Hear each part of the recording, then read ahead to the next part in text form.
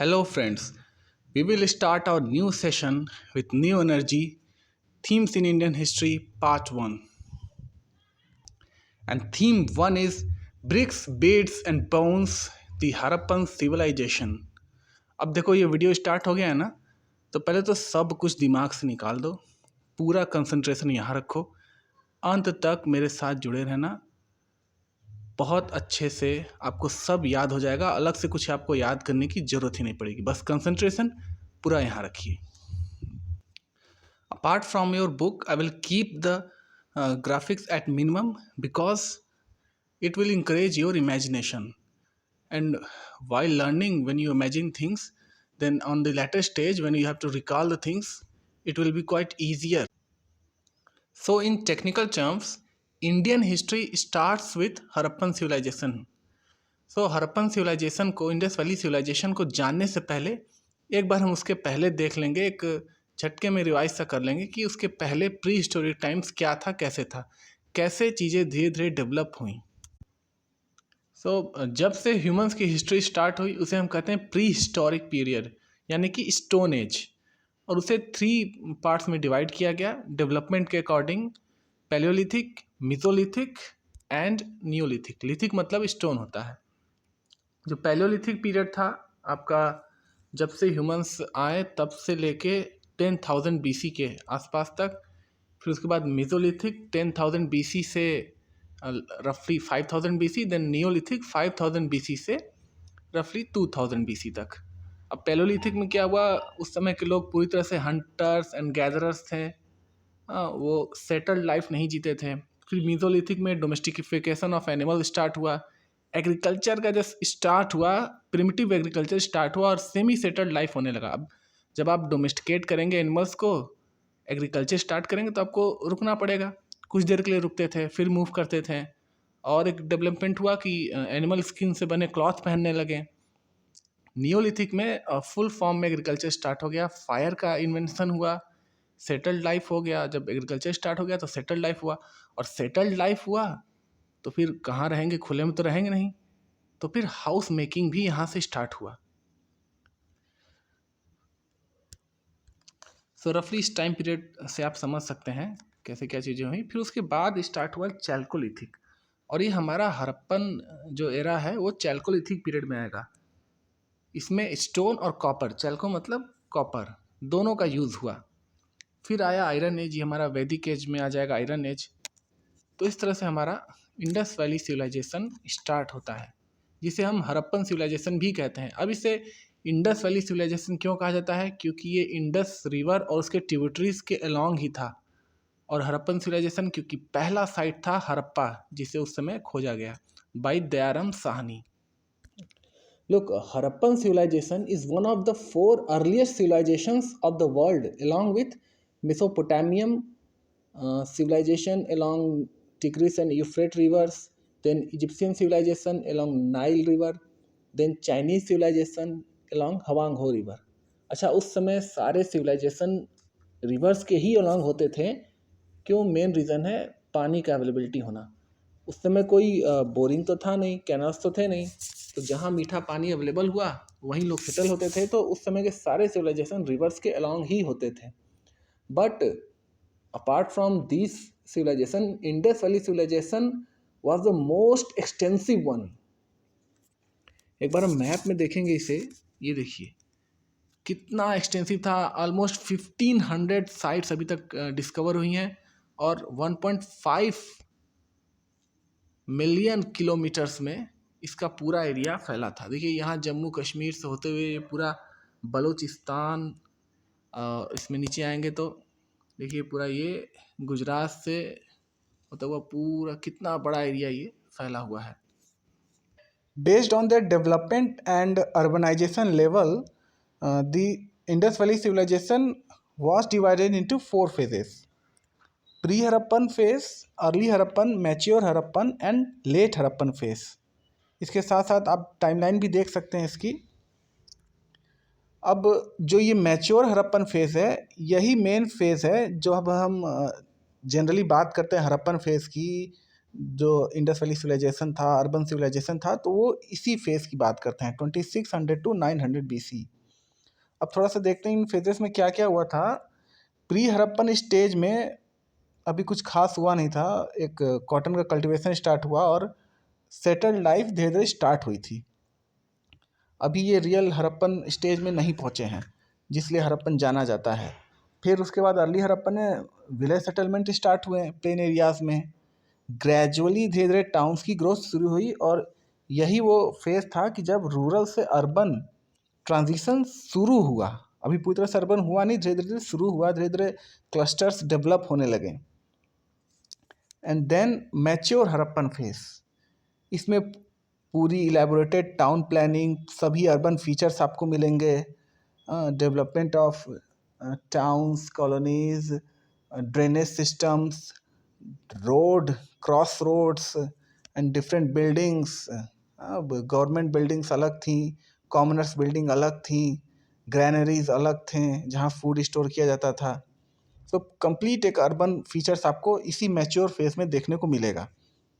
जैसे जैसे monsoon develop हुआ वैसे वैसे वाटर कैपेबिलिटी हुई और लोग धीरे धीरे फैलते चले गए और एक्सटेंसिव होता चला गया ये स्टेज में अर्बन पूरा सिविलाइजेशन। मेन इसके जो सेंटर्स हैं अभी हम आगे उनको डिटेल में पढ़ेंगे। हड़प्पा हुआ, मोहनजोदाड़ो हुआ, धोलावीरा हुआ, Kalibangan, Rakhigarhi, Lothal.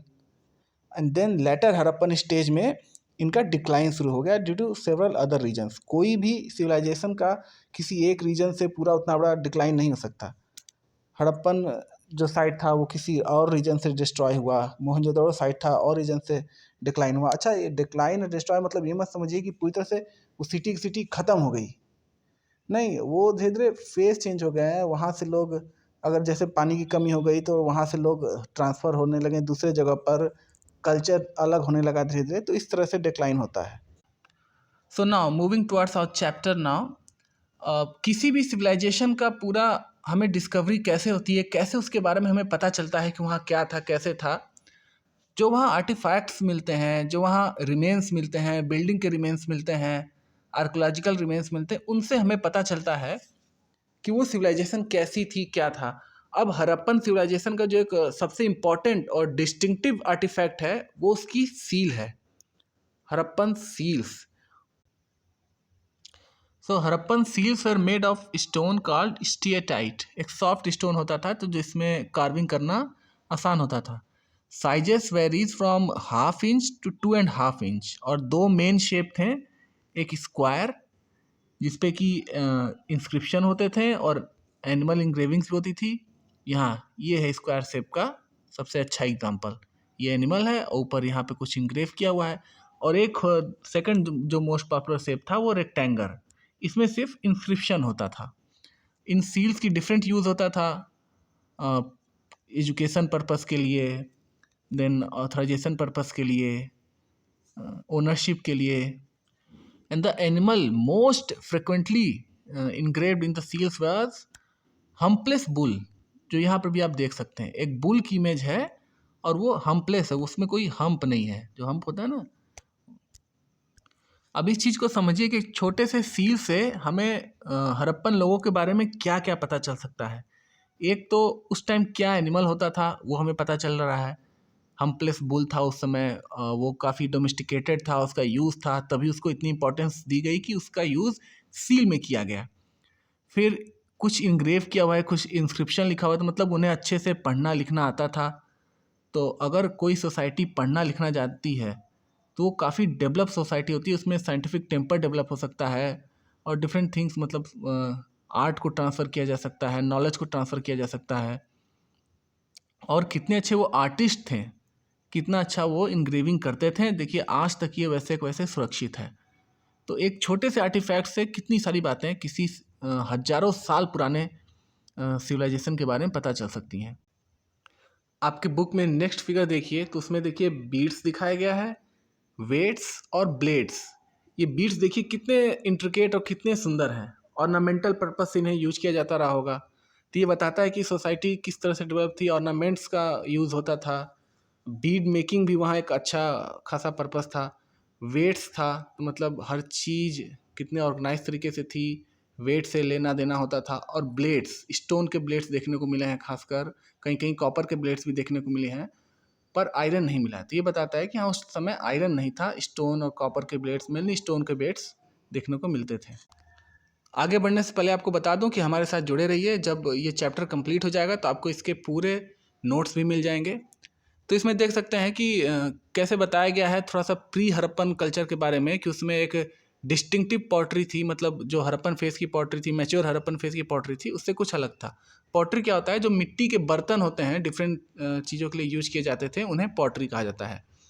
Evidence of agriculture and pastoralism, some craft, और सेटलमेंट्स वेर जनरली स्मॉल। उसमें स्मॉल सेटलमेंट थे, कोई बड़ी, कोई लार्ज बिल्डिंग्स देखने को नहीं मिली थी, like we saw in mature Harappan phase. आगे बढ़ते हैं तो इसमें इंडस वैली सिविलाइजेशन के पीपुल्स के डिफरेंट डाइटरी हैबिट्स के बारे में बताया गया है कि एक वाइड रेंज ऑफ प्लांट्स और एनिमल्स को वो कंज्यूम करते थे।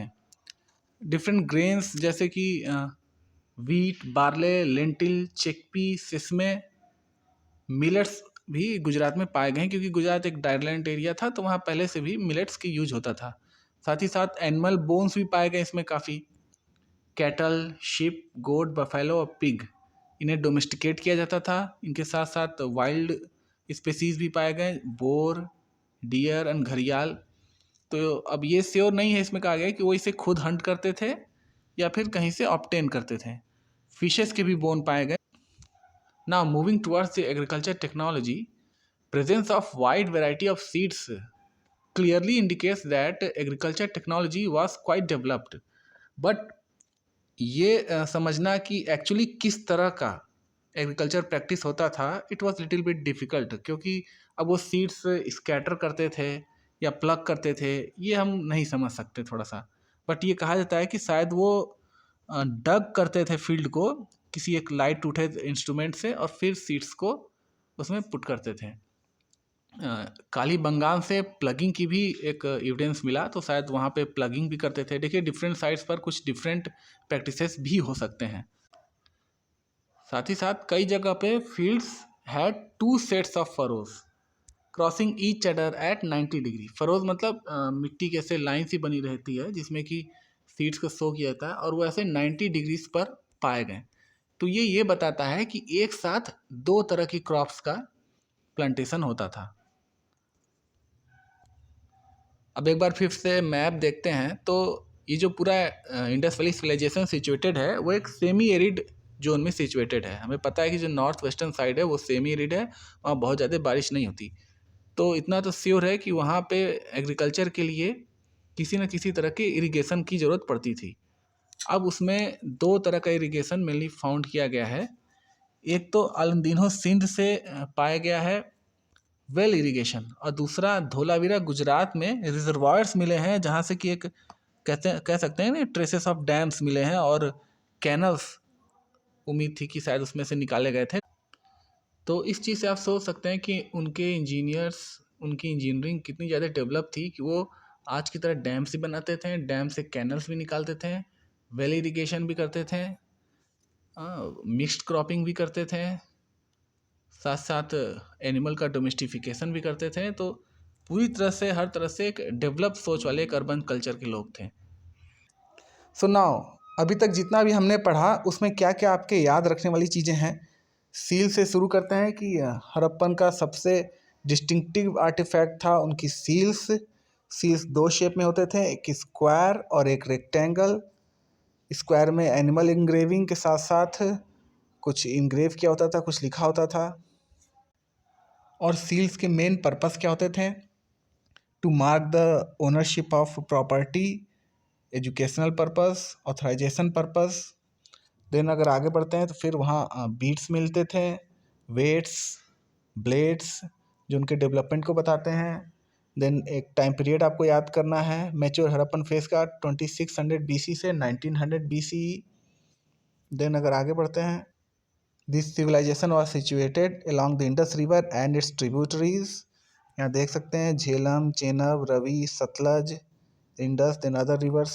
कुछ इधर के भी रिवर्स हैं जैसे कि साबरमती माही के पास, हाँ, और गंगा के पास तो कुछ नहीं है खास। देन दो अर्ली हड़प्पन फेज था, स्मॉल सेटलमेंट्स थे, विलेज सेटलमेंट्स थे, कोई लार्ज बिल्डिंग नहीं पाई गई थी। देन ग्रेन्स कौन कौन से पाए गए? Wheat, barley, lentil, chickpea. Animals, cattle, sheep, goat, buffalo and pig. कुछ वाइल्ड एनिमल्स भी थे, बोअर, डियर, घड़ियाल। और देन एग्रीकल्चर टेक्नोलॉजी के बारे में।